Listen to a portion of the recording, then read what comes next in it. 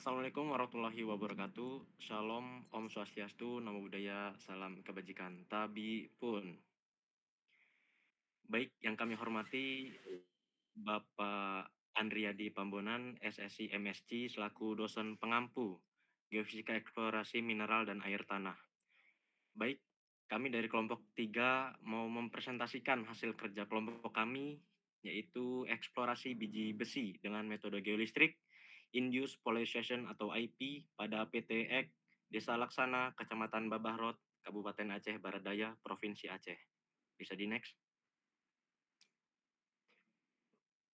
Baik, inilah anggota kelompok kami. Yang pertama ada William Charles Chin, yang kedua ada saya, Davi Roli Aruzan, yang ketiga ada Naufal Hanif Nugraha, dan yang keempat ada TB Rizky Firdaus.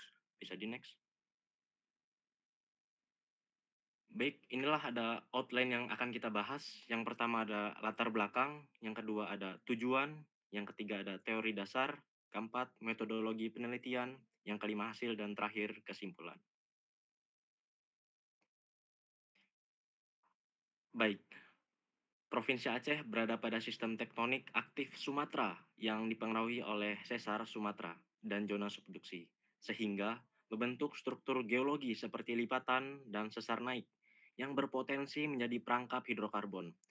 Selain itu, Aceh juga memiliki potensi sumber daya mineral, termasuk biji besi di Aceh Barat Daya.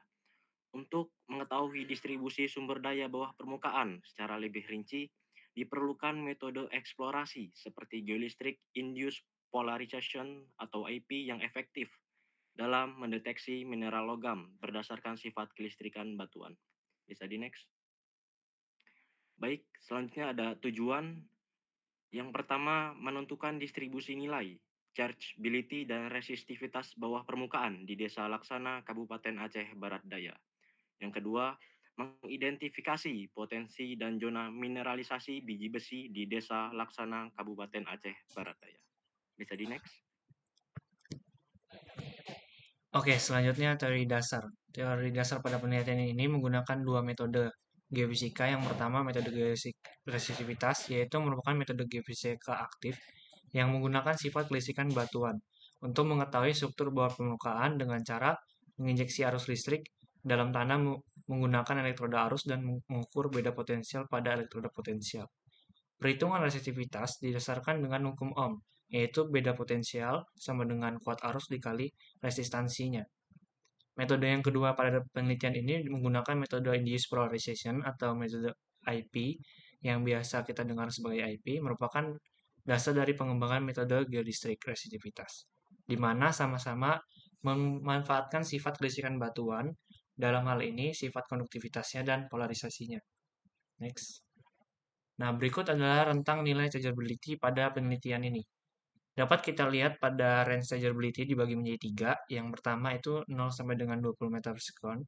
Itu terjadi ketika respon dari biji besi itu sendiri. Untuk kondisi geologinya, biji besi tersebar secara halus, mineralnya murni, terisolasi, kandungan yang sangat rendah.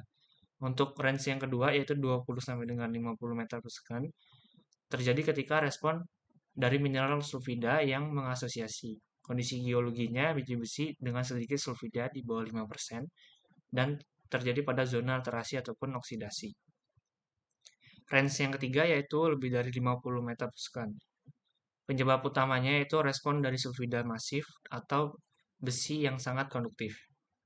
Untuk kondisi geologinya yaitu biji besi dengan sulfida masif, tubuh magnetik sangat padat dan bersifat konduktif. Next. Berikut adalah tabel yang kedua, yaitu klasifikasi interpretasi jenis batuan pada mineral PTX atau pada penelitian ini. Dapat kita lihat di tabel tersebut memiliki keterangan chargeability, resistivitas, interpretasi utamanya, potensi biji besinya, dan keterangan target ataupun bukannya. Dapat dikatakan sebagai target ketika si IP-nya itu sedang dan resistitivitasnya sedang. Itu dapat dikatakan sebagai target. Atau juga ketika chargeability-nya tinggi dan resistitivitasnya tinggi, dapat dikatakan sebagai target biji besi. Next. Berikut adalah metodologi penelitian pada penelitian ini. Data yang digunakan yaitu data geodesik 2D konfigurasi Wiener Schamberger dengan jumlah 8 lintasan pada tiap lintasan yaitu 300 meter dengan jumlah elektrodanya 60 elektroda. Dan spasi elektrodanya yaitu 5 meter tiap lintasan yang diambil di Desa Laksana, Aceh Barat Daya. Diperoleh juga datum poin sebanyak 713 datum poin. Kedalaman maksimal yang diperoleh dari data tersebut adalah kurang lebih sedalam 68 meter. Untuk alat yang digunakan pada penelitian ini, yang pertama itu ada ARES-2, GPS, BTRC 2004, Notepad, dan yang terakhir yaitu software ResStudy Invi. Data yang didapatkan pada penelitian ini ada tiga. Yang pertama itu data resistivitasnya, data chargeability atau IP, dan yang terakhir itu data topografi. Untuk tahapan pengolahan pada penelitian ini yaitu data lapangan diolah menggunakan BTRC 2004, lalu data dikonversi ke format DAT menggunakan Notepad. Selanjutnya, data dilakukan inversi menggunakan studi INVI. Dari software tersebut akan menghasilkan penampang 2D bawah permukaan. Setelah dapat penampang tersebut, kita akan melakukan interpretasi sesuai dengan tabel range yang sudah dijelaskan sebelumnya. Next. Nah, berikut adalah hasil dari lintasan yang pertama. Pada bagian atas, itu merupakan nilai resistivitasnya, hasil dari resistivitas. Bagian bawah merupakan hasil dari chargeability-nya. Kita dapat lihat nilai resistivitas dan chargeability pada legenda yang warna biru, kuning, hijau, ke merah. Itu menandakan dari warna biru itu rendah, semakin ke warna merah itu semakin tinggi untuk nilai chargeability dan resistivitasnya. Dari lintasan yang pertama ini dapat dilihat hasil nilai resistivitasnya sebesar 100 sampai dengan 20 ohm meter. Pada lapisan dangkal sekitar 0 sampai dengan 25 meter. Itu dengan dan chargeability-nya yang bisa dikatakan sebagai rendah, dapat kita indikasi sebagai zona non-mineral seperti lempung basah, batuan induk, ataupun batuan segar sesuai dengan tabel yang sudah dijelaskan sebelumnya. Untuk pada lapisan yang lebih dalam, sekitar 68 meter ke bawah permukaan, nilai resistivitasnya kita lihat itu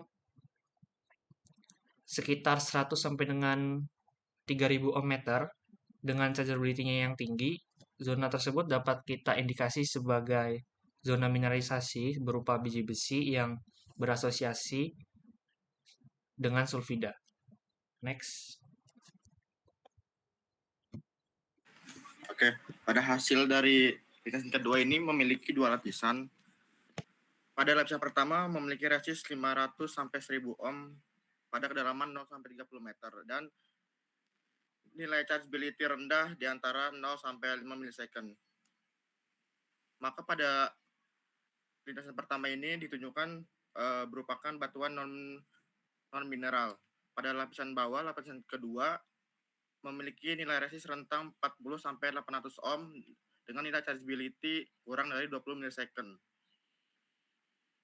Apabila di mana nilai resist rendah menunjukkan zona konduktif yang berkaitan dengan mineral biji besi. Next. Pada hasil dari lintasan ketiga memiliki dua lapisan. Lapisan pertama memiliki nilai resist 20 sampai 300 ohm pada kedalaman 0 sampai 35 meter dan nilai chargeability rendah di antara rentan 0 sampai 7 milisecond, di mana yang menunjukkan merupakan batuan lapuk dan lempung. Pada lapisan kedua memiliki nilai resistivitas 30 sampai 1000 ohm dengan chargeability menengah 30 sampai 50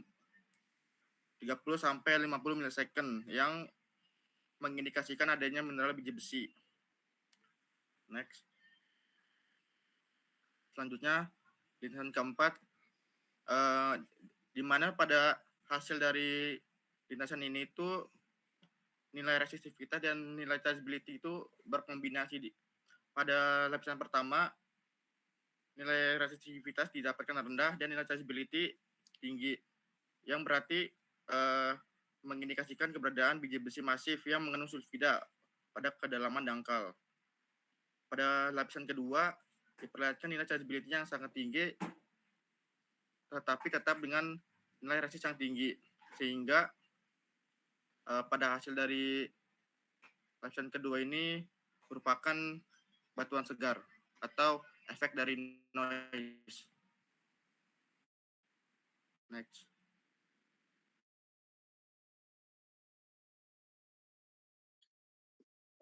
Kemudian pada lintasan 5 bisa terlihat terbagi menjadi 4 lapisan, yang di mana lapisan pertama ini menunjukkan biji besi masif bersulfida, yaitu target utama.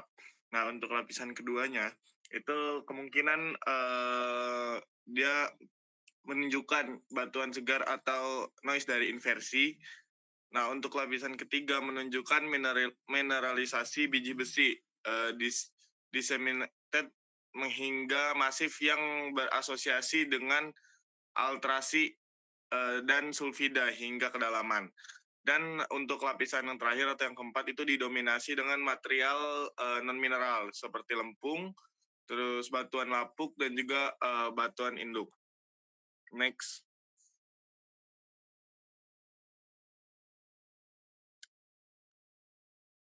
Terus untuk lintasan yang keenam itu pada lapisan atas itu pada kedalaman 0 sampai 18 meter itu menunjukkan resistivitas 6 sampai 800 ohmmeter dengan charge stability rendah, yaitu 1 sampai 20 milisecond, yang menunjukkan batuan lapuk dan batuan induk. Nah, untuk lapisan berikutnya itu atau lapisan yang kedua itu menunjukkan resistivitas rendah, yaitu pada berkisar 1 sampai 150 ohmmeter dengan chargeability menengah, yaitu 25 sampai 30 msec. Nah, diinterpretasikan sebagai biji besi disseminated dengan sedikit sulfida serta lempung. Nah, pada lapisan terdalam 68 meter menunjukkan resistivitas 1 sampai dengan 800 ohmmeter dengan traceability tinggi, yaitu lebih dari 50 msec, yang mengindikasikan biji besi dari tipe disseminated hingga masif. Next. Untuk lapisan yang ketujuh, untuk lintasan yang ketujuh, itu distribusi resistivitas sangat rendah, itu dari 1 sampai 50 ohmmeter dengan traceability rendah hingga menengah, 0 sampai 30 msec. Nah, zona ini didominasi oleh lempung basah dan batuan lapuk dengan indikasi mineralisasi yang sangat terbatas. Nah, oke, next. Untuk lintasan 8 itu menunjukkan 3 lapisan, yang dimana pada lapisan yang pertama dengan range resistivitas 6 sampai 500 ohmmeter dan chargeability rendah itu didefinisikan sebagai batuan lapuk atau batuan induk. Nah, untuk yang kedua dengan resistivitas 300 sampai 2000 ohmmeter dan chargeability tinggi itu sebagai zona alterasi dan mineralisasi. Nah, untuk yang ketiga itu resistivitas 5 sampai 500 ohmmeter dan chargeability tinggi itu diindikasikan sebagai biji besi disseminated hingga masif mengandung sulfida.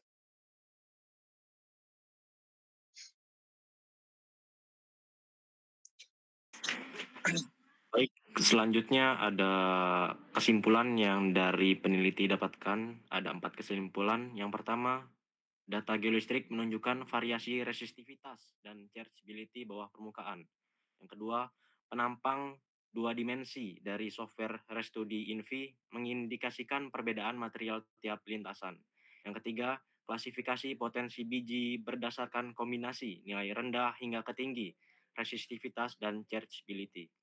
Yang keempat, dibagi menjadi 5 target eksplorasi, menengah hingga ke tinggi, menengah, rendah hingga ke menengah, rendah dan tidak berpotensi. Next.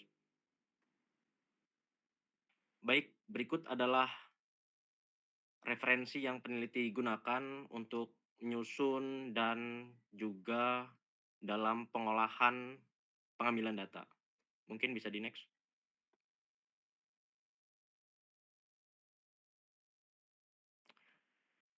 Baik, cukup sekian presentasi dari kami kelompok 3. Kami meminta maaf jika ada salah ataupun kurang kata. Kepada Yang Maha Kuasa kami mohon ampun. Terima kasih. Wabillahi taufiq wal hidayah. Wassalamualaikum warahmatullahi wabarakatuh.